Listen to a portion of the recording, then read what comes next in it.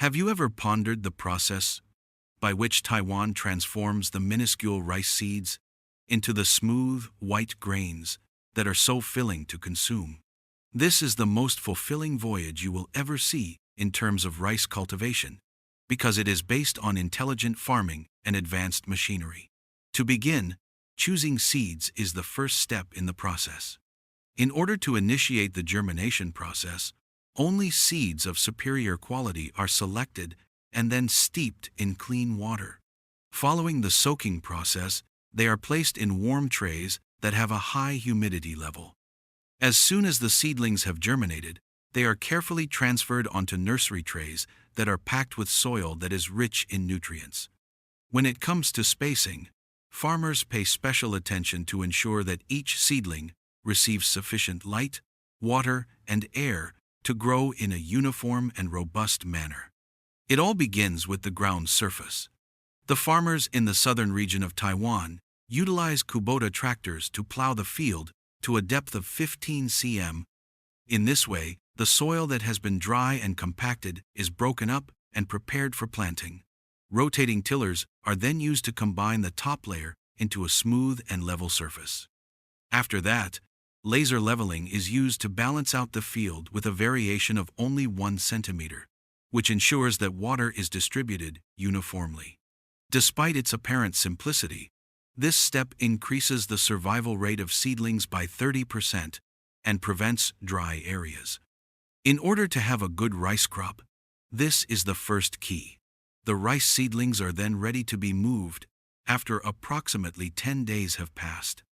The farmers roll each tray with great care and then place them on a gentle conveyor line that is located near the field. This straightforward yet ingenious approach lessens the amount of heavy lifting, saves time, and ensures the safety of seedlings. At the conclusion, the trays are prepared for transplantation by being packed in an orderly fashion and placed onto trucks. Click the like button and subscribe to our channel if you found this section to be interesting. Put a 1 in the comments section if you want to see more videos like this one, and a 9 if you would want to see something different the next time around. Your comments contribute to our success. In the following step, the soil in the fields has already been plowed and inundated. The employment of mechanized transplanters by farmers has replaced the practice of planting by hand. Using these devices, each seedling is gently pressed into the soft soil with perfect spacing and depth as they are inserted. Fast, clean, and it eliminates the need for hours of laborious work. The placement of each row is uniform, which enables the roots to firmly anchor themselves while still providing spaces for each plant to flourish. The rice plants will grow taller and healthier a few weeks later, around 1 month after the transplanting process has been completed. For the purpose of weed management, cooling the plants, and protecting them from excessive temperatures, a layer of water that is only a few inches deep is kept in place. Because of Taiwan's subtropical climate, this procedure is very necessary. Afterwards, in order to guarantee an even distribution of water, they imported an MKS 4301FR cultivator from Japan. While moving at a pace of 6 kilometers per hour, it produces ideal furrows between rows, ensuring that every plant receives the appropriate quantity of moisture. Another option is the Kubota weeder, often known as the weed man. In between rows, it eliminates weeds without causing any harm to the young plants. One tiller can clear 6 rows in less than 10 minutes, which is a reduction in work that is 70%. It is a clean and quiet place, making it ideal for environmentally conscious farming. Farmers are keeping a tight eye out for diseases and pests throughout this part of the process. When they apply pesticides, they do it only when it is absolutely necessary, which protects the crop while simultaneously lowering the amount of chemicals that are used. Adjustments are made to the water levels, and fertilizer is applied when required, in order to guarantee that the entire field will have consistent growth. Drones are 5 times faster than backpack spraying and reduce the amount of manpower required by 80%. Farmers in Taiwan's sweltering fields no longer have to walk for hours without stopping. Instead, they fly. At each and every flight, there is less exposure, increased safety, and improved coverage. At long last, after a period of 4 months, the rice becomes yellow and thick. As a machine with 625 horsepower, the John Deere S790 was designed to dominate wet rice fields. It can harvest up to 6.5 tons per hour in the southern region of Taiwan, and it can do it while effortlessly navigating over muddy ground. Is it intelligent in any way? Sensors that operate in real time and change the speed, fan, and rotor in order to minimize grain loss and save fuel. A single action is all that is required to cut, thresh, and clean the rice. It does all of these things in a single motion. Following that comes the Cielus Lexion 8900 TT, which boasts 790 horsepower and is the most powerful vehicle in its category. Rubber tracks are used for its operation, which provides it with improved traction and float in soft paddies. This machine is able to easily cut through heavy loads like butter in dense rice fields close to Taichung, resulting in cleaner grains and a 35% reduction in the amount of time needed for harvesting. Because of its enormous header and grain tank, it requires fewer stops, and additionally, its accuracy system guarantees that every kernel is preserved. It is intelligent, efficient, and constructed to withstand harsh environments. What is left behind, however, is not a waste of time. After being expelled from the machine, the straw is recycled into compost, animal feed, or mulch, all of which are utilized to improve the quality of the soil for the subsequent growth cycle. A full circle, zero-waste system is what this provides. In the end, the Perard Interbend 46 comes into play to ensure that the crop continues to flow. In under 90 seconds, this grain cart with a large capacity can unload up to 18 tons of rice and transport it to its destination.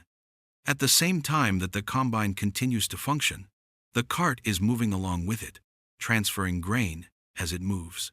There will be no delays or traffic jams. Wide flotation tires prevent the dirt from becoming clogged, and the high-speed auger ensures that the soil is protected. From the field to the next truckload, this cart, which was made in France, ensures that the entire operation runs smoothly and without interruption. For its part, the Yanmar YH590QXJ-WPU is getting to work now that it is located in the rice belt of Japan. It is capable of cutting 4.2 tons of rice per hour with just one person, thanks to its diesel engine that produces 95 horsepower. Because of its tracked wheels, it is able to easily navigate muddy fields, and the onboard cleaning ensures that grains remain pristine. Rice is transferred through the unloading pipe in less than 60 seconds. Fuel efficient, quick, and compact in size. After that, the rice fields of Japan come to life in the region of Niigata. The engine of this little combine has a capacity of 70 horsepower, and it can chop 2.8 tons of rice in an hour. While its rubber treads are able to slide across soft dirt, its tiny shape allows it to fit into tight paddies. The grain is delivered to the tank in a sanitary and expedient manner. It saves both time and gasoline when there is only one operator. Next, in the Japanese region of Kobe, the harvest of rice begins in compact mountain paddies. The 75 horsepower combine is able to chop through extremely dense rows at a rate of 3.1 tons per hour without causing any damage to the plants. In addition to having onboard sensors that guide every cut, it has a low center of gravity, ensuring that it remains stable on slopes.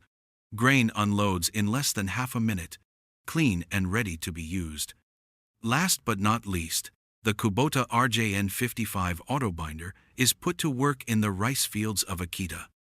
It is capable of cutting and tying rice into clean bundles at a rate of 0.8 acres per hour, despite having just 5.5 horsepower.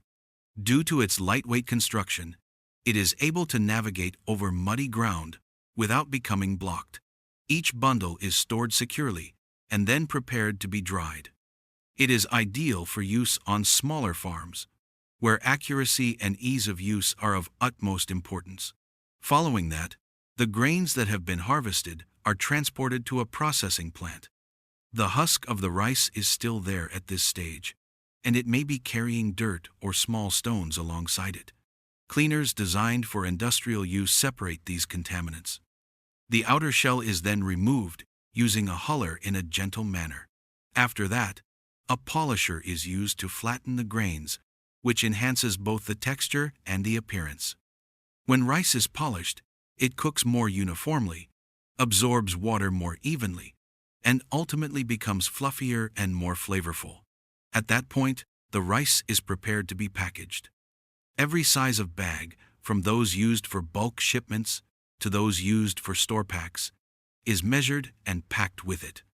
Each bag is hermetically sealed to ensure that the contents remain fresh and to avoid any damage caused by moisture. The inclusion of nutrition statistics and complete traceability on labels provides purchasers with a sense of assurance. More than 1.5 million tons of rice were produced in Taiwan in the year 2023. The remaining 91% was shipped to various countries in Asia and North America, while the remaining 91% was consumed within the country. From seed to shelf, each stage of this process demonstrates ingenious design, unwavering commitment, and the highest level of modern farming expertise. And although Taiwan is the leader in rice production, with over 1.5 million tons produced annually, intelligent farming is not exclusive to Asia.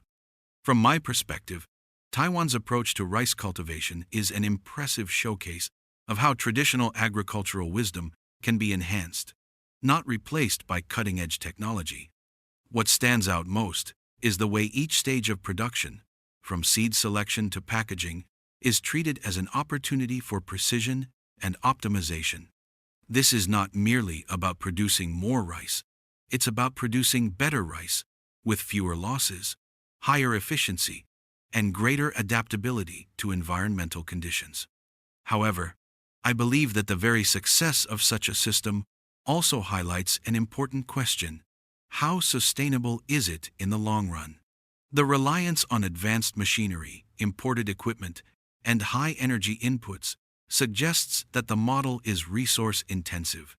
While mechanization drastically reduces labor strain and increases productivity, it risks making farmers dependent on costly technology and fossil fuels. For smaller or less wealthy farming communities, replicating this model could be economically unfeasible without government subsidies or cooperative ownership systems. In my view, the key to long-term resilience lies in integrating these technologies with regenerative and climate-smart practices. For example, Taiwan could expand research into rice varieties that are more drought-tolerant or pest-resistant, thereby reducing the need for frequent irrigation and chemical interventions.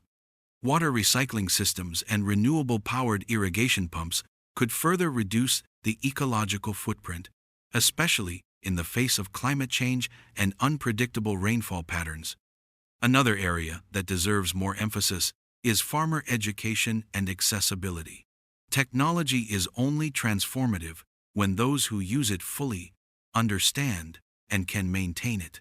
Creating training programs, shared equipment hubs, and repair networks could ensure that even smaller-scale farmers can benefit from the innovations without being left behind.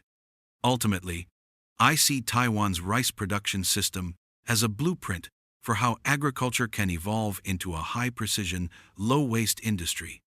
But to be a truly global model, it must also address the twin challenges of environmental sustainability and equitable access. If those two elements are built into its future, Taiwan won't just be producing rice efficiently, it will be setting a standard for how nations can feed themselves while safeguarding both farmers' livelihoods and the planet's health.